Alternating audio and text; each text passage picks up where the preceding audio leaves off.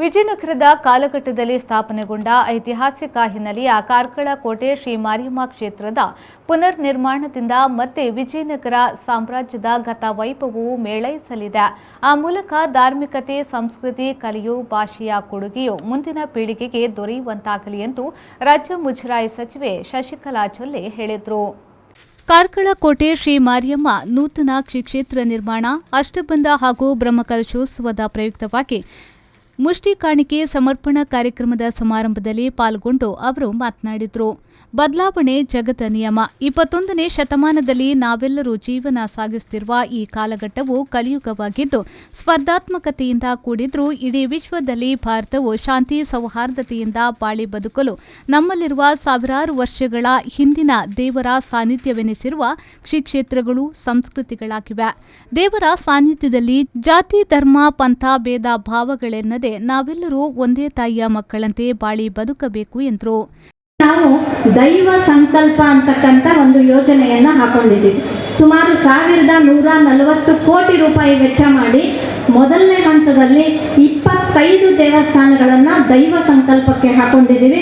ಆ ದೈವ ಸಂಕಲ್ಪದ ಅಡಿಯಲ್ಲಿ ಆ ದೇವಸ್ಥಾನಕ್ಕೆ ಬರ್ತಕ್ಕಂಥ ಭಕ್ತಾದಿಗಳಿಗೆ ತೊಂದರೆ ಆಗಬಾರ್ದು, ಆ ರೀತಿ ಸುಂದರವಾದಂಥ ರಸ್ತೆಗಳ ನಿರ್ಮಾಣ ಆಗಬೇಕು, ಚರಂಡಿಗಳ ನಿರ್ಮಾಣ ಆಗಬೇಕು, ಅಂಡರ್ ಗ್ರೌಂಡ್ ಕೇಬಲ್ಗಳ ವ್ಯವಸ್ಥೆ ಆಗಬೇಕು, ಯಾತ್ರಿ ನಿವಾಸಗಳಾಗಬೇಕು, ಆಮೇಲೆ ಈ ಸಾಲಿಡ್ ವೇಸ್ಟ್ ಮ್ಯಾನೇಜ್ಮೆಂಟ್ ಆಗಬೇಕು, ಅಲ್ಲಿ ಸುಂದರವಾದಂಥ ಲೈಟಿಂಗ್ಸ್ಗಳಿರಬೇಕು.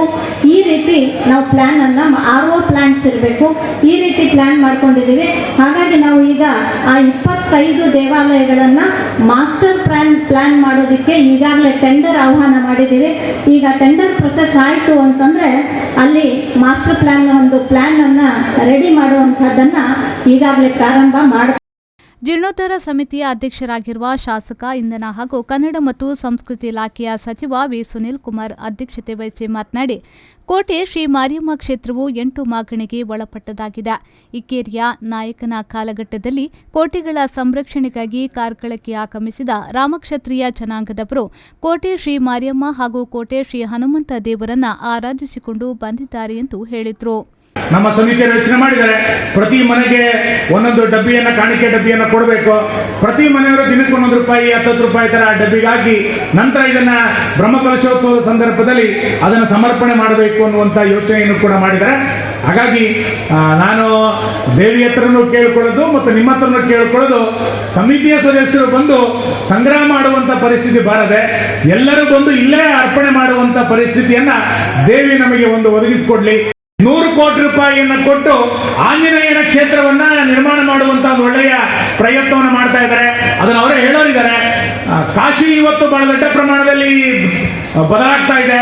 ವಾರಣಾಸಿಯ ಕಾಶಿಯ ಕಾರಿಡಾರ್ ಇವತ್ತು ಎಷ್ಟು ದೊಡ್ಡ ಪ್ರಮಾಣದಲ್ಲಿ ನರೇಂದ್ರ ಮೋದಿ ಅವರ ನೇತೃತ್ವದಲ್ಲಿ ಬದಲಾವಣೆ ಆಗಿದೆ ಕಂಡಿದ್ದೇವೆ.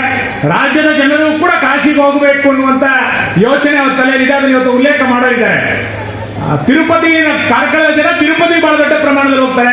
ತಿರುಪತಿನಲ್ಲಿ ಕರ್ನಾಟಕದ ಒಂದು ಗೆಸ್ಟ್ ಹೌಸ್ ನಿರ್ಮಾಣ ಆಗಬೇಕು ಅನ್ನುವ ಕಾರಣಕ್ಕೋಸ್ಕರ ಅಲ್ಲಿಗೂ ಕೂಡ ಸುಮಾರು 100 ಕೋಟಿ ರೂಪಾಯಿ ಅನುದಾನವನ್ನ ತಿರುಪತಿಯ ಕರ್ನಾಟಕದ ಗೆಸ್ಟ್ ಹೌಸ್ಗೆ ಮಾನ್ಯ ಸಚಿವರು ಕೊಡ್ತಾ ಇದ್ದಾರೆ. ರಾಮಕ್ಷತ್ರಿಯ ಸಮಾಜದ ಮುಖಂಡ, ಕ್ಷೇತ್ರದ ಆನುವಂಶಿಕ ಆಡಳಿತ ಮುಖ್ಯಸ್ಥರಾದ KB Gopalakrishna, KB Guruprasad, KJ Raghavendra Rao, ಅರ್ಚಕರಾದ Raghuramacharya, Purushottam Kalkura, Uchangi Shri ಕ್ಷೇತ್ರದ ಹರೀಶ್ ರಾಣಿ, ಪದಾಧಿಕಾರಿಗಳಾದ ಸುಜಯ್ ಕುಮಾರ್ ಶೆಟ್ಟಿ, ಗಣೇಶ್ ಕಾಮತ್, ನರಸಿಂಹ ಪೈ, ಭಾಸ್ಕರ್ ಕುಲಾಲ್, ಹರೀಶ್ ಅಮೀನ್, K ಪ್ರಶಾಂತ್ ರಾವ್, ಗೇರು ನಿಗಮದ ಅಧ್ಯಕ್ಷ ಮಣಿರಾಜ್ ಶೆಟ್ಟಿ, ಪುರಸಭೆಯ ಅಧ್ಯಕ್ಷೆ ಸುಮಾ ಉಪಸ್ಥಿತರಿದ್ದರು. KM Khalil, V4 news, Karkala.